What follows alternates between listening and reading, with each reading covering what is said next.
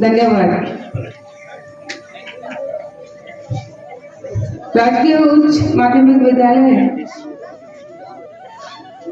सरस्वती मंदिर के इस वार्षिकोत्सव और भामाशाह सम्मान समारोह में हमारे बीच में आदरणीय संत पुरुषनाथ जी हैं, उनको प्रणाम करती हूँ।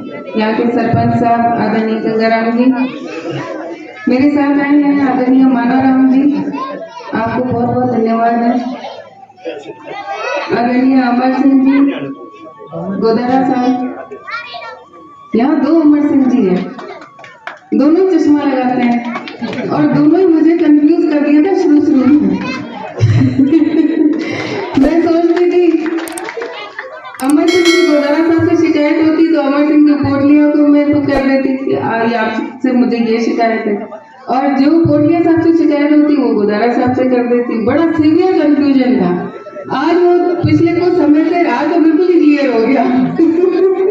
तो अमर सिंह जी गोदारा साहब और अमर सिंह जी पोटलिया साहब, आदरणीय मंगाराम जी, दुर्गेश जी हुड्डा, रायचंद जी, मगराज जी, लाल जी, आदरणीय पूनम जी सियार, पूर्व सरपंच साहब, आदरणीय भगराराम जी साहू साहब, आपके बेटे गोपाल जी बहुत अच्छे डॉक्टर हैं और बहुत अच्छा लगता है क्योंकि उन्होंने बहुत मुश्किलें देखी, बहुत संघर्ष किया, लेकिन उसके बाद जब वो यहाँ बाड़मेर गवर्नमेंट हॉस्पिटल में आए तो बहुत मन को प्रसन्नता हुई। आदरणीय देवाराम जी सरपंच साहब, आदरणीय भीम जी, सम्मानित मंच, सभी पधारे हुए पितातुल्य बुजुर्गगण, यहाँ के पीओ पूर्णा राम जी चौधरी, सभी शिक्षकगण, सभी मेरी बहनें और प्यारे विद्यार्थी, सबसे पहले तो मैं आज आप सबको बहुत बहुत शुभकामनाएं देती हूँ। आज वार्षिक समारोह है और साल भर में एक बार इसका आयोजन होता है और मैं मानती हूँ कि सभी बच्चों का बहुत बेसब्री से इंतजार होता है कि किस दिन हमारा वार्षिक समारोह होगा और हमें यहाँ प्रस्तुति देने का भी मौका मिलेगा, सबसे मिलने का मौका मिलेगा और जो सम्मानित होने का मौका मिलता है। तो ये वार्षिक समारोह मैं छोटी थी तब मुझे भी बहुत इंतजार रहता था कि कब वार्षिक समारोह होगा और कब उसमें भाग लेंगे। तो मैं आप सबकी स्थिति जान सकती हूँ, तो आप सबको बहुत शुभकामनाएं देती हूँ और बहुत अच्छी प्रस्तुतियाँ अभी बच्चियों ने यहाँ पर दी। जब उनकी प्रस्तुति देखी तो राम जी की बात आई और मैं मानती हूँ कि हाँ, 22 तारीख को जो भव्य प्राण प्रतिष्ठा का कार्यक्रम हुआ, राम जी का मंदिर बना और सालों की जो 500 सालों की तपस्या और त्याग था, राम जी ने सबको एक कड़ी में बांधने का काम किया। ये जो या तो मेरा चुनाव था, उसके अंदर सब अपनी अपनी आपस की लड़ाई और आपस का मतभेद मन मुटाव छोड़ के, या तो मेरे चुनाव में सब एक हुए थे, या मैंने ये देखा कि जब 22 तारीख थी राम मंदिर का काम था, उस दिन सब एक लय में एक माला में चले गए। मैं धन्यवाद देती हूँ यहाँ उपस्थित सभी मेरे बुजुर्गजनों का जिन्होंने बहुत आशीर्वाद दिया। मैं धन्यवाद खास तौर से देती हूँ मेरी बहनों का, क्योंकि आज जो मुझे राजस्थान विधानसभा में आप सबने आवाज उठाने का मौका दिया है, तो इसके पीछे बहुत बड़ा योगदान मेरी बहनों का है। क्योंकि उनके घर वाले शायद इधर उधर हो भी गए तो भी मेरी बहनों ने तय कर लिया था कि आपको वोट देना है तो उधर देना, लेकिन हम तो प्रियंका को वोट देंगे। तो मैं मेरी बहनों को बहुत बहुत धन्यवाद देती हूँ कि बाड़मेर की इस बेटी के लिए आप मजबूती से लड़े, मजबूती से डटे रहे और मुझे विधानसभा में भेजा। आपको बहुत बहुत धन्यवाद। मैं ये जो बच्चे हैं इनका वोट अभी नहीं लगता, लेकिन इन बच्चों ने इतना काम किया है मेरे लिए। सबको पता है कि मेरे चुनाव प्रचार में कोई बहुत बड़े प्रचार करने के लिए बहुत बड़े बड़े नेता नहीं थे, या तो बाप जी का आशीर्वाद था। एक बाप जी बैट लेकर घूम रहे थे, आदरणीय जगरामपुरी जी बाप जी, या तो वो बैट लेकर घूम रहे थे, या सभी बुजुर्ग घूम रहे थे, या फिर ये बच्चे थे जिनकी जबान पे चाहे वोट नहीं लगता हो, लेकिन उनकी जबान पे एक ही नाम था कि प्रियंका का साथ देना है, प्रियंका को वोट देना है। मैं मानती हूँ कि इन बच्चों के मन का जो भाव था, क्योंकि बच्चे मन के सच्चे होते हैं, उनके मन में जो भाव था वो ईश्वर की देन थी और आप सबका आशीर्वाद भी मुझे मिला, इसलिए सारे बच्चों को भी मैं धन्यवाद देती हूँ। आप सबने सुना नहीं सुना मुझे पता नहीं, लेकिन राजस्थान विधानसभा में भी मैंने इन बच्चों को जरूर याद किया कि मेरे स्टार प्रचारक ये बच्चे थे। तो आप सबको धन्यवाद। ऐसा चुनाव मैंने पहले नहीं देखा, पहली बार ऐसा देखा और बहुत खुशी भी हुई।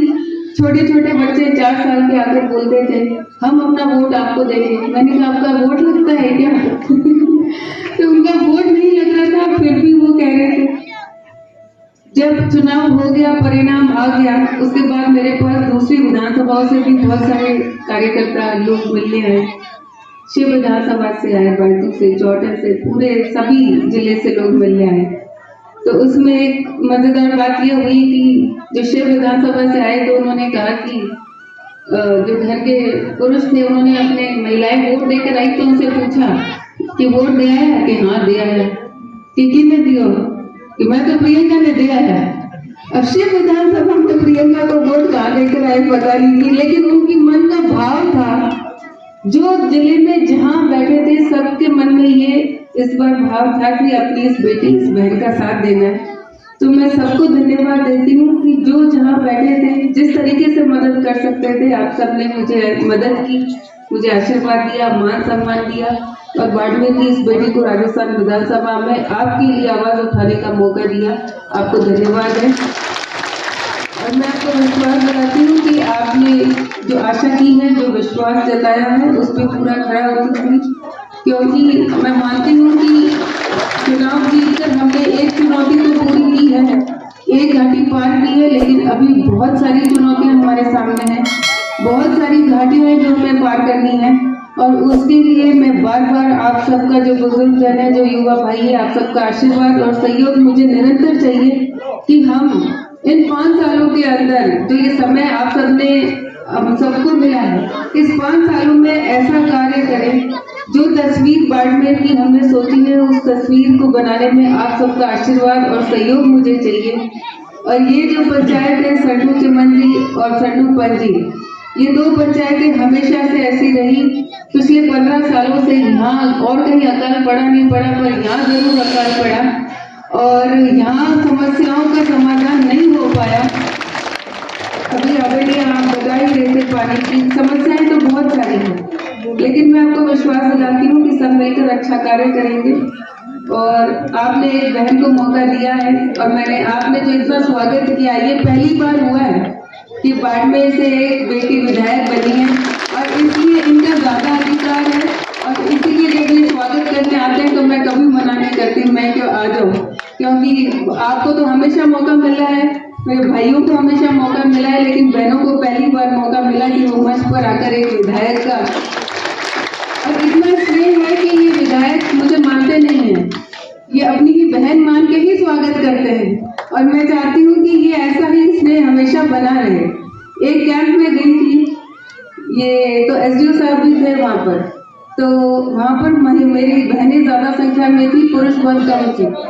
तो उन्होंने मुझसे पूछा, एसडीओ साहब ने, कार्यक्रम हो गया, मैं जब चलने लगी तो एसडीओ साहब ने मुझसे पूछा कि आपने पीएसओ रख लिया? मैंने कहा नहीं।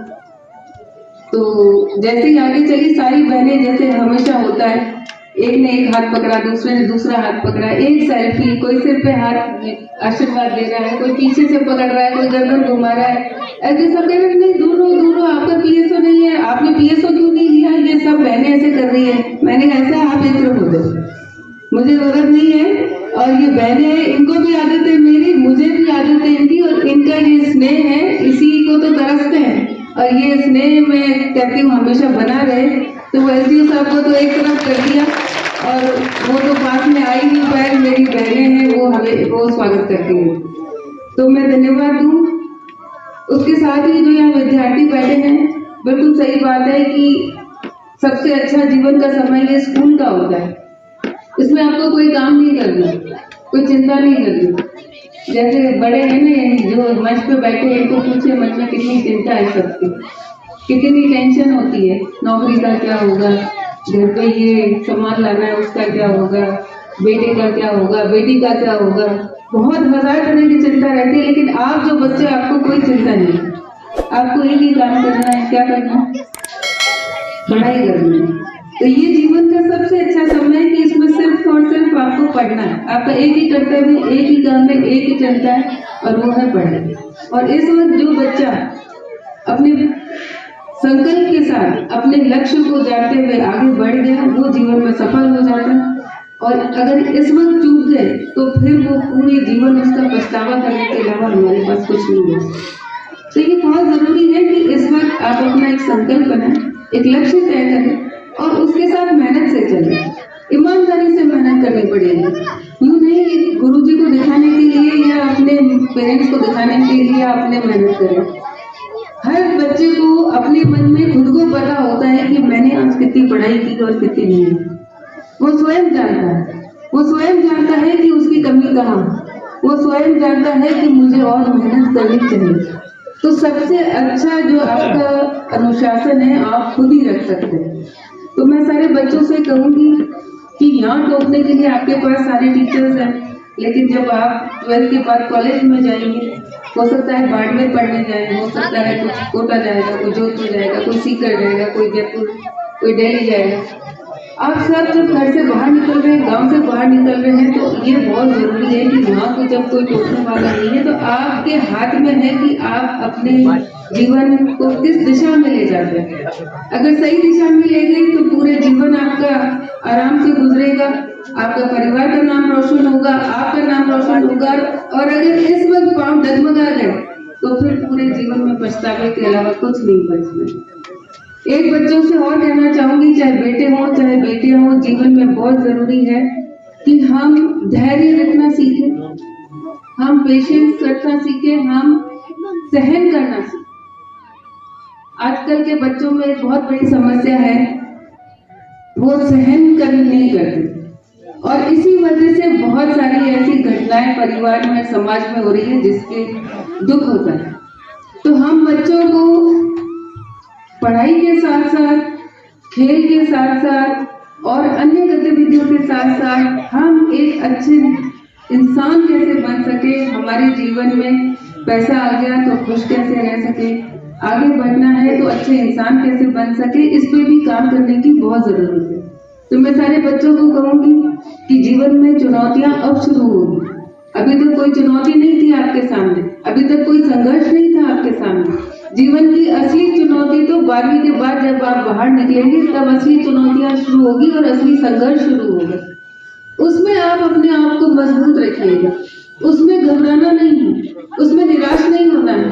अगर बगल वाला बच्चा ज्यादा अच्छे नंबर ला रहा है तो आपको हताश नहीं होना, डिप्रेशन में नहीं आना है। उस वक्त आपको ये तय करना है कि नहीं, अगर ये अच्छे नंबर ला रहा है तो मैं कैसे मेहनत करके और ज्यादा नंबर कैसे ला सकता हूँ।